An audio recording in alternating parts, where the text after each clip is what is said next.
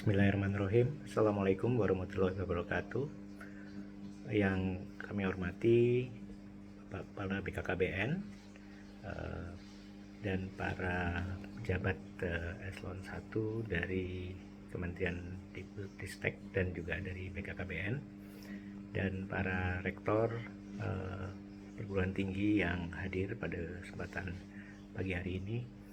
Pertama-tama kami mengucapkan permohonan maaf karena tidak bisa hadir secara langsung pada launching konsorsium perguruan tinggi peduli kependudukan pada siang hari ini karena mendadak ada tugas harus mendampingi Wakil Presiden siang hari ini.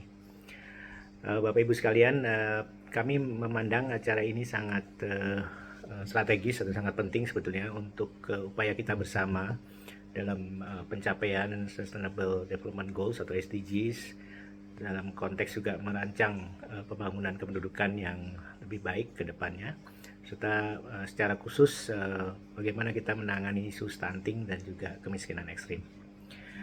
Pada kesempatan ini saya ingin menyampaikan beberapa isu yang saya pikir menjadi sangat relevan dan juga penting bagi negara kita, yaitu upaya pemerintah Indonesia di bawah kepemimpinan Presiden Joko Widodo dan Wakil Presiden Ma'ruf Amin untuk menghapuskan kemiskinan ekstrim dan juga penurunan angka stunting menjadi 14% di tahun 2024. Kita semua sudah memahami bahwa Presiden Joko Widodo sudah menerbitkan beberapa regulasi untuk memperkuat sebetulnya langkah kita untuk bagaimana kita bisa mempercepat penurunan stunting melalui Perpres nomor 72 tahun 2021 dan kemudian juga instruksi Presiden nomor 4 tahun 2022 tentang percepatan penghapusan kemiskinan ekstrim.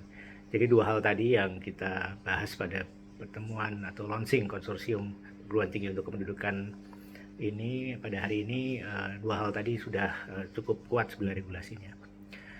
Tapi kita juga sangat memahami bahwa di dalam pelaksanaan program pemerintah tidak bisa berjalan sendiri. Jadi sudah sangat jelas di dalam Peraturan Presiden 72 tahun 2021 maupun juga di dalam Inpres nomor 4 tahun 2022 sudah ditegaskan bahwa pemerintah harus melakukan kerjasama ataupun kolaborasi dengan stakeholders terkait. Jadi berbagai pemangku kepentingan juga dilibatkan dalam hal ini untuk bisa mengupayakan penghapusan kemiskinan ekstrim maupun percepatan penurunan stunting. Seperti contohnya untuk percepatan penghapusan kemiskinan ekstrim di dalam Inpres nomor 4 tahun 2022 sudah sangat jelas. Di sana ada 3 strategi contohnya. Bagaimana kita mengupayakan perbaikan sasaran. Jadi bagaimana sasaran program itu benar-benar diperuntukkan atau difokuskan pada kelompok miskin ekstrim pada desil 1 contohnya. Dan bagaimanapun kita juga sangat memahami yang disebut dengan data P3KE atau data pensasaran percepatan penghapusan kemiskinan ekstrim tadi, itu juga basisnya adalah data kependudukan yang dihasilkan dari BKKBN dalam hal ini. Jadi ini kita sudah sangat melihat adanya sinergi maupun koordinasi yang sangat baik sebetulnya dalam konteks pensasaran baik itu untuk stunting maupun juga untuk kemiskinan ekstrim. Kemudian yang kedua yang juga sangat penting dan sebenarnya ini masuk dalam pilar percepatan penurunan stunting dan juga diadopsi oleh penghapusan kemiskinan ekstrim, itu yaitu dalam kaitannya dengan bagaimana kita melakukan konvergensi program dan anggaran, baik itu yang berasal dari APBN, kemudian juga dari APBD, maupun juga dari dana-dana sumber non-pemerintah lainnya seperti dari dana CSR, kemudian ada dari dana zakat, sodako, dan sebagainya dalam hal ini. Baik itu untuk kemiskinan maupun juga untuk stunting. Dan yang ketiga yang juga menjadi penting untuk kita upayakan adalah dalam kaitannya dengan bagaimana pelaksanaan program-program tadi itu benar-benar menggunakan mekanisme yang sudah ditetapkan sesuai dengan target supaya bagaimana tepat salur seperti contohnya untuk kemiskinan, tepat jumlahnya dan juga tepat kualitasnya. Jadi juga dalam konteks pelayanan yang diberikan untuk sasaran untuk penurunan stunting dalam hal ini. Bapak dan Ibu sekalian, kita saat ini sedang di dalam proses perjalanan yang bagaimana kita bisa memadukan upaya langkah-langkah tadi untuk mengupayakan target-target yang sudah ditetapkan, 0%-kan kemiskinan ekstrim tahun depan dan 14%-kan stunting di tahun 2024 mendatang.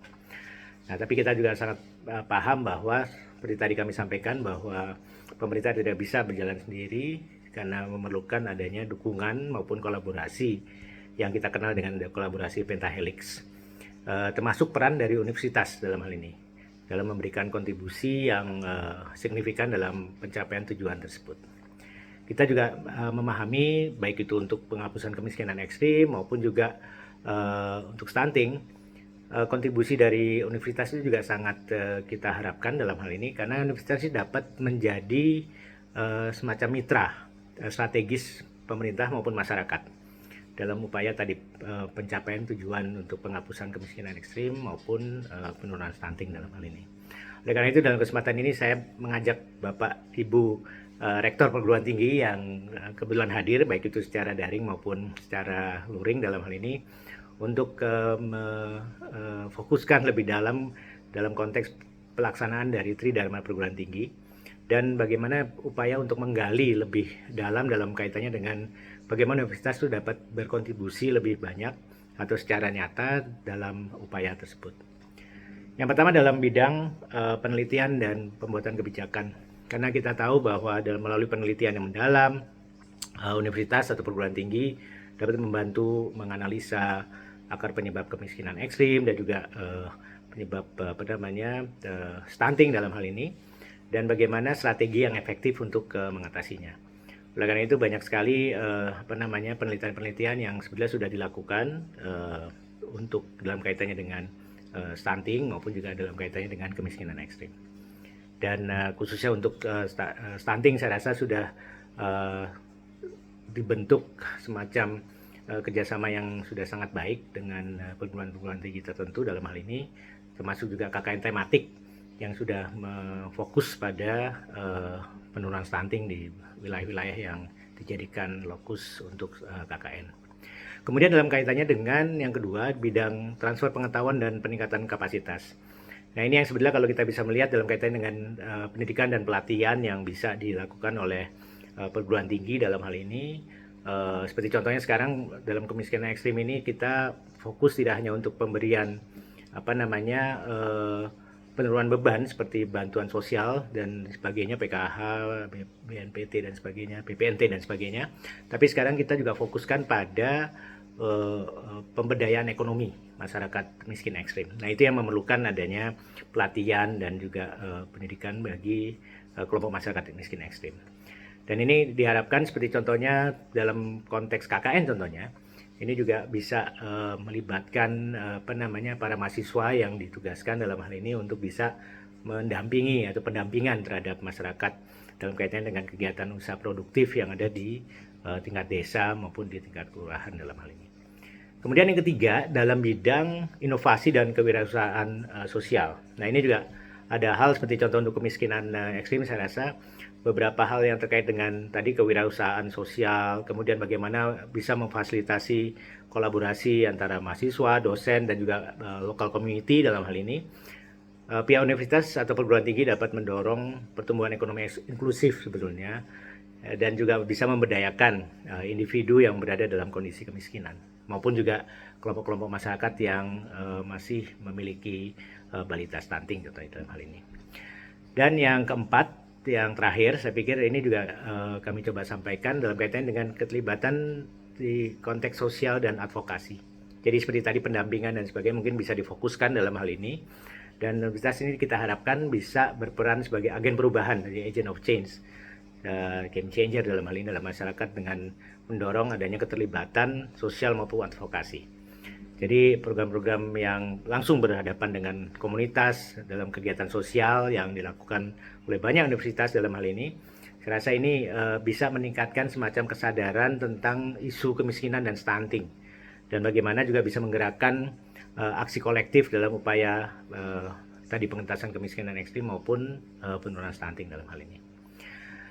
Hadirin yang sekalian yang saya hormati, Bapak Ibu sekalian, para rektor, dalam mencapai visi tadi yang kita harapkan ke depannya di tahun 2024 tadi hapus kemiskinan ekstrim maupun juga penurunan stunting yang 14% atau masih sekitar 7,6% dibandingkan tahun lalu dalam hal ini.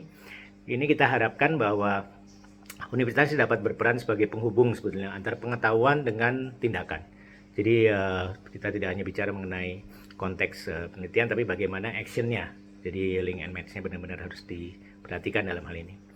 Dan juga perguruan tinggi diharapkan bisa memastikan sebetulnya bahwa pengetahuan dan penelitian yang dihasilkan ini benar-benar dapat diakses, kemudian dimanfaatkan oleh semua pihak. Dan yang terakhir, peran kunci sebenarnya dari kolaborasi Pentahelix dengan perguruan tinggi dalam hal ini. Jadi perguruan tinggi bisa menjadi hub ya, berada di tengah-tengah sebenarnya, bisa menjadi penghubung dari berbagai stakeholders terkait dalam hal ini. Jadi bisa memfasilitasi dialog, kemudian juga melalui kerjasama yang dilakukan, dan juga dalam kaitannya dengan bagaimana kontribusi ini benar-benar bisa kita optimalkan. Mungkin demikian Bapak Ibu sekalian yang bisa kami sampaikan. Mohon maaf sekali lagi tidak bisa hadir secara langsung, tapi kami menganggap konsorsium perguruan tinggi untuk kependudukan yang bisa diperluas untuk ke stunting maupun kemiskinan ekstrim ini sangat strategis sebagai bentuk satu kolaborasi yang sangat diperlukan sebenarnya untuk upaya kita mempercepat penghapusan kemiskinan ekstrim maupun mempercepat penurunan stunting yang kita telah tetapkan baik oleh pemerintah pusat maupun secara global dalam hal ini. Demikian yang bisa kami sampaikan. Terima kasih atas perhatiannya dan saya tutup dengan Assalamualaikum warahmatullahi wabarakatuh. Terima kasih.